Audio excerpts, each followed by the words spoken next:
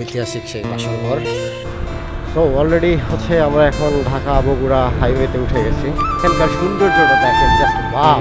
কখনো এইরকম হাইওয়েতে আমার গাড়িটা নিয়ে আসা হয় না।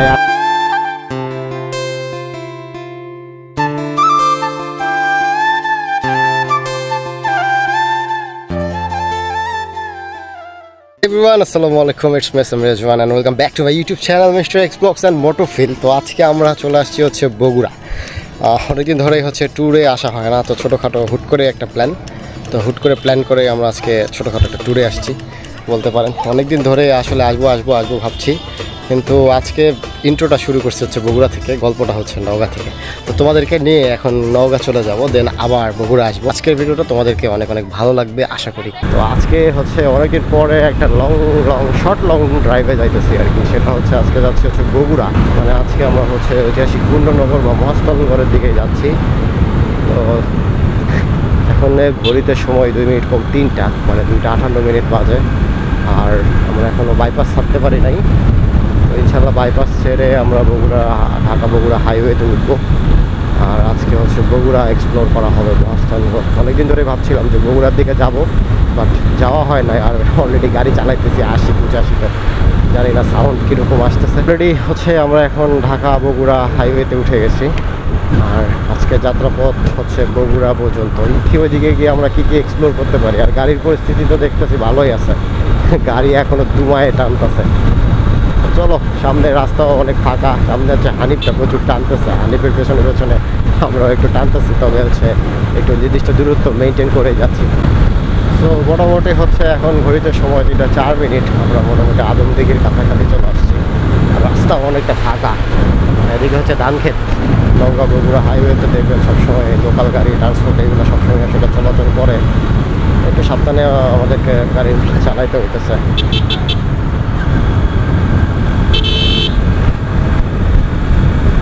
এই হচ্ছে ব্যাপার স্যাপার।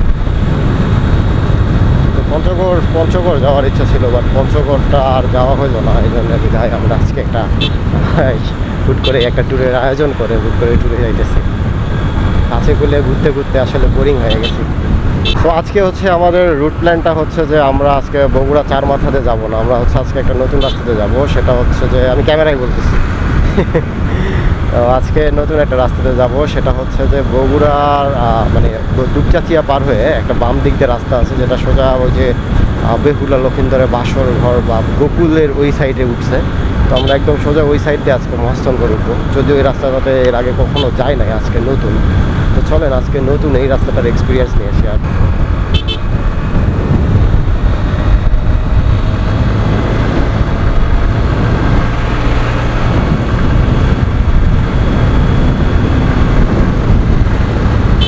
এখন যাই যতদূর যাওয়া যায় ট্রেনে, কারণ এখন হচ্ছে ছোটো দিনের বেলা। যদি আমি এখন ধীরে ধীরে যাই তাহলে হচ্ছে অনেক লেট হয়ে যাবে। সো এই জন্য একটু গাড়ি ট্রেনেই যাইতেছি। আর রাস্তা হচ্ছে মোটামুটি ফাঁকা বলতে গাড়ির চাপ আছে, বড় গাড়ি তো অবশ্যই এই রাস্তায় চলে। এই হচ্ছে ব্যাপার স্যাপার। সামনে আসতেছে একতা। তো চলেন নতুন রাস্তাতে যাই, নতুন রাস্তাটার এক্সপিরিয়েন্স আজকে আপনাদের সাথে শেয়ার করি। তারপরে সোজা আরও সুন্দর কোনো জায়গা পাইলে আপনাদের সাথে কথা হবে। ততক্ষণ পর্যন্ত হচ্ছে একটু রোড ভিউগুলো এনজয় করেন। টাঙ্গাইল এখান থেকে 137 কিলোমিটার।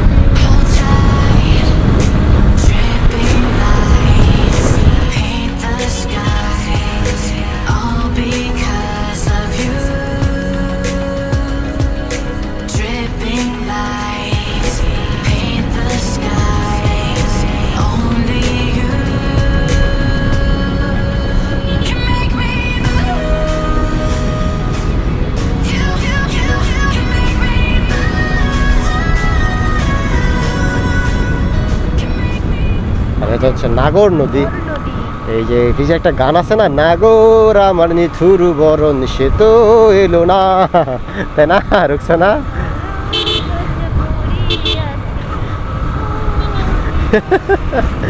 সো আমরা অলরেডি হচ্ছে নাগর নদী পার হইলাম। তো এই নাগর নদী পার হয়ে হাতের বাম দিকটা একটা রাস্তা আছে। সো আজকে আমরা ওই রাস্তাটা দিয়ে যাবো। বগুড়া এইখান থেকে দেখায় 19 কিলোমিটার, মানে আমরা হাইওয়েতে আর যাবো না, কারণ অলরেডি সময় কম। আর নতুন রাস্তাতে টাইমও বেশি লাগার কথা। দেখি কি হয়, চলেন যাই। খুব সম্ভবত এই রাস্তা।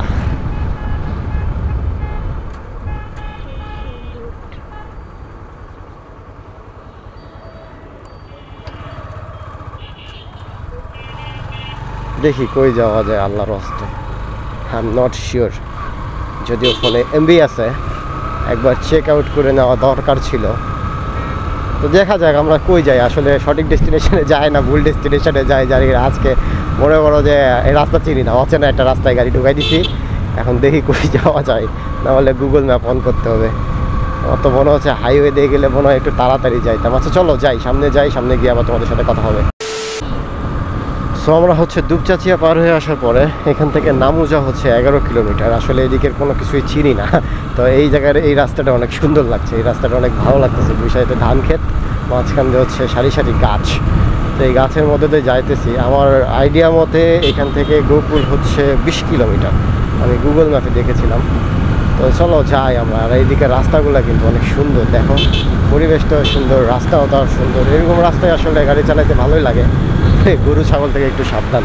আর এই সাইডে হচ্ছে ধান ক্ষেত, ধান ক্ষেতের মাঝখান দিয়ে সুন্দর একটা রাস্তা। আর এইখানকার সৌন্দর্যটা দেখেন, জাস্ট ওয়াও।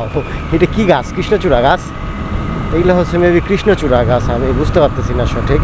তো এই গাছগুলো আর রাস্তার ভিউগুলো একদম অসাধারণ। হাইওয়ে থেকে এই রাস্তায় এসে একটু মনে হচ্ছে প্রাকৃতিক সৌন্দর্যগুলো ভালোই উপভোগ করতে পারতেছি।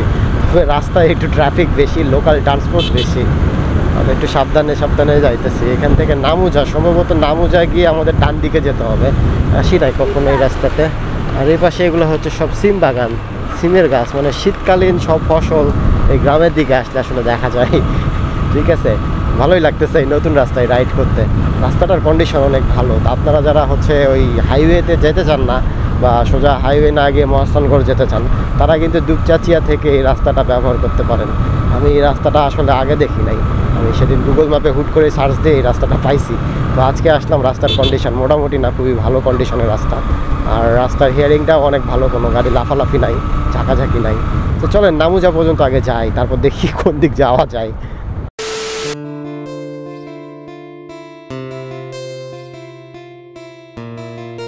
সো এটা আমার পেছনে গোকুল, এটা হচ্ছে বেহুলার লক্ষিন্দরের ঐতিহাসিক সেই বাসর ঘর। আর আমরা আজকে এই বাসর ঘরে আসছি ঘুরতে। তো আমার পেছনে দেখতে পাচ্ছেন, এই যে পেছনের এইটাই। যদিও তো রোদ অনেক লেট হয়ে গেছে আজকে আসতে আসতে আমাদের এখানে। দেখি কি হয়, চলেন আমরা এখন উপরে উঠবো। অনেক উপরে, অনেক উঁচা, যদিও এটা এখন ধ্বংস হয়ে গেছে, কিছুই নাই। সামনের দিকে যদি দেখাই, এই যে সামনের দিকে এরকম। লোককথায় আছে চাঁদ সওদাগরের ছেলে লক্ষিন্দর আর বেহুলার বাসর এখানে হয়েছিল। সেই রাতেই সাপের কামড়ে মারা যায় লক্ষিন্দর, আর বেহুলা শুরু করে তার স্বামীর আত্মা ফেরানোর যাত্রা। এই ঘর, এই ইট হয়তো সেই কাহিনীর সাক্ষী। ভেতরে ঢুকলেই একটা নীরবতার টের পাওয়া যায়, যেন দেওয়ালের ভিতরে লুকিয়ে আছে শত শত বছরের ভালোবাসা আর বেদনা। যে ভালোবাসা মৃত্যুর পরও থামে না, সেই ভালোবাসার নামই বেহুলা। তো আমরা হচ্ছে গোকুল ঘোরা শেষ করে এখন ঢাকা বগুড়া, রংপুর বগুড়া ঢাকা হাইওয়েতে উঠে যাচ্ছি হচ্ছে মহাস্থানগড় যাওয়ার উদ্দেশ্যে। যদিও আমার পিলিয়নের মাথায় কোনো হেলমেট নাই, জানি না হাইওয়ে পুলিশ কি করবে। তো ফার্স্ট টাইম হচ্ছে গাড়ি নিয়ে এই রাস্তায় উঠছি হাইওয়েতে। এর আগে কখনো এইরকম হাইওয়েতে আমার গাড়িটা নিয়ে আসা হয় নাই। আশা করে রাইডটা আজকে এনজয় করবো আমি। অনেক জোস জোস জোস, এরকম করে ট্যুর দিতে হবে ম্যান, ট্যুর। একটু সাবধানে দেখে শুনে যাই, যদিও পিলিয়নের মাথায় কোনো হেলমেট নাই। কুড়িগ্রাম এখান থেকে 135 কিলোমিটার, গোবিন্দগঞ্জ 25 কিলোমিটার।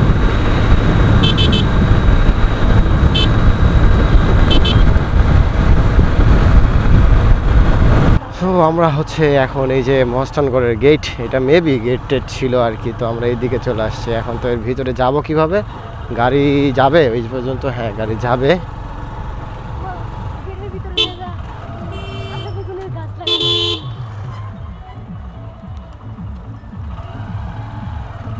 এই গাড়ি কি ওই পর্যন্ত যাবে মনে হইতেছে। হ্যাঁ এই আস্তে আস্তে আস্তে আস্তে। এখন তো জমি মালিকানাধীনই আছে।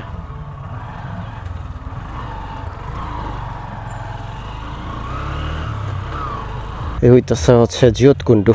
এইখানে কথিত আছে যে মৃত মানুষ নাকি এই কুয়ার মধ্যে ফেলে দিলে মানুষ নাকি আবার জীবিত হয়ে যায়। এটাই সেই কুয়াও, বাট এখন কুয়াটা বন্ধ। সে অনেক আগে থেকেই এগুলো ভরাট করে দেওয়া হয়েছে। আর এইখানে হচ্ছে ওঠার জন্য ইয়েও দেওয়া আছে, জানি না আগেকার অলৌকিক সব কথা কীর্ত কাহিনী। এটাই সেই ঐতিহাসিক জিয়ত কুণ্ড বলে এটাকে। লোককথায় আছে এই কুণ্ডের পানি মৃত মানুষকে জীবিত করতে পারত, সেই থেকে এর নাম হয় জিয়ত কুণ্ড, অর্থাৎ জীবন্ত কুণ্ড। যদিও এটা বিশ্বাসের গল্প, কিন্তু জায়গাটা পরিবেশটা এমনই যেন কোনো রহস্য লুকিয়ে আছে এই কুয়োর মধ্যে। সো এটা হচ্ছে জিয়ত কুণ্ড। আরে ভাই ব্লগ শ্যুট করতেছে আর আমরা এই জায়গায় ঘুরতেছি, তাই তারামও ঘুরতেছি। তো এই সাইডে আছে হচ্ছে পরশুরামের রাজা পরশুরামের রাজপ্রাসাদ, যদিও সেটি এখন মোটামুটি মাটির নিচে অর্ধেক ডেবে গেছে, যদিও আর কিছু দেখার মতো নাই। তারপরেও আমরা এখন যাচ্ছি হচ্ছে পরশুরামের রাজপ্রাসাদের দিকে। আর এইদিকে হচ্ছে তোমার সিমের গাছ, সিম গাছ, লাউ গাছ, সব অনেক কিছুর গাছ চাষ করা হয়েছে, সিম লাউ। যদিও সিম ধরছে সামনে, হচ্ছে শীতকাল অলরেডি চলে আসছে, আর শীতের মধ্যে সিম আমার ভালো লাগে, সিম ভাজি ভালো লাগে, বাট তরকারি ভালো লাগে না। আর এই যে সামনে এটা হচ্ছে রাজা পরশুরামের রাজপ্রাসাদ। জিনিসটা এখন যদিও আগের মতো আর নাই, অনেকটা হয়ে গেছে। আর এইখানে হচ্ছে ছোট ছোট করে দেওয়া ছিল ইতিহাস, তবে বৃষ্টির পানিতে হয়তো ইতিহাসটা মুছে গেছে। তো এইগুলো টিনের দেওয়াও জরুরি, আরও ভালো মতো যদি একটু টাইপ করে লিখে দিত তাহলে ভালো হতো। এখানে দেওয়ার মতো কিছু নাই। রাজা পরশুরাম ছিলেন পুণ্ড্রনগরের শাসক। তার রাজ্য একদিন এক ব্রাহ্মণ এলেন ভিক্ষা চাইতে। রাজা রেগে গিয়ে সেই ব্রাহ্মণকে অপমান করেন। ব্রাহ্মণ দুঃখ পেয়ে অভিশাপ দেন, তোমার রাজ্য ধ্বংস হবে আর তুমি হারাবে সব কিছু। আর সেই অভিশাপেই নাকি এই নগরকে ধ্বংস করে দেয়। আজও সেই ধ্বংসস্তূপের মাঝে দাঁড়িয়ে মনে হয় অহংকার আর ক্ষমতার শেষটা সবসময় একটাই। হচ্ছে এখন এই মুহূর্তে এই জায়গা থেকে বিদায় নিতেছি। এখন আর মস্তানগড়ের যে পিকনিক স্পট আছে, একবারে দুই পা দিয়ে বসো, একবারে যে পিকনিক স্পটটা আছে, সো ওই সাইডে আমরা যেতে চাইলাম, বাট সময় স্বল্পতার কারণে আর ওই সাইডটাতে আমাদের যাওয়া হলো না। বিসমিল্লাহির রহমানির রহিম। ওই সাইডে আর যাওয়া হলো না। সো আমরা এখন হচ্ছে বাসার দিকেই চলে যাব। ঘড়িতে সময় 4:53, যেহেতু ছোটো দিনের বেলা, তো বেশিক্ষণ আর থাকবো না এদিকে। তো এখন সম্ভবত চার মাথায় যাই, বগুড়া চার মাথায় যাই, একটু দই টই খাই। বগুড়া আসছি আর দই খাবো না, এটা কোনো কথা? আর এইদিকে রাস্তায় অনেক অবস্থা খারাপ, আমরা ধীরে ধীরে যাইতেছি। তো চলো তোমাদের সাথে হাইওয়ে থেকে কথা বলি।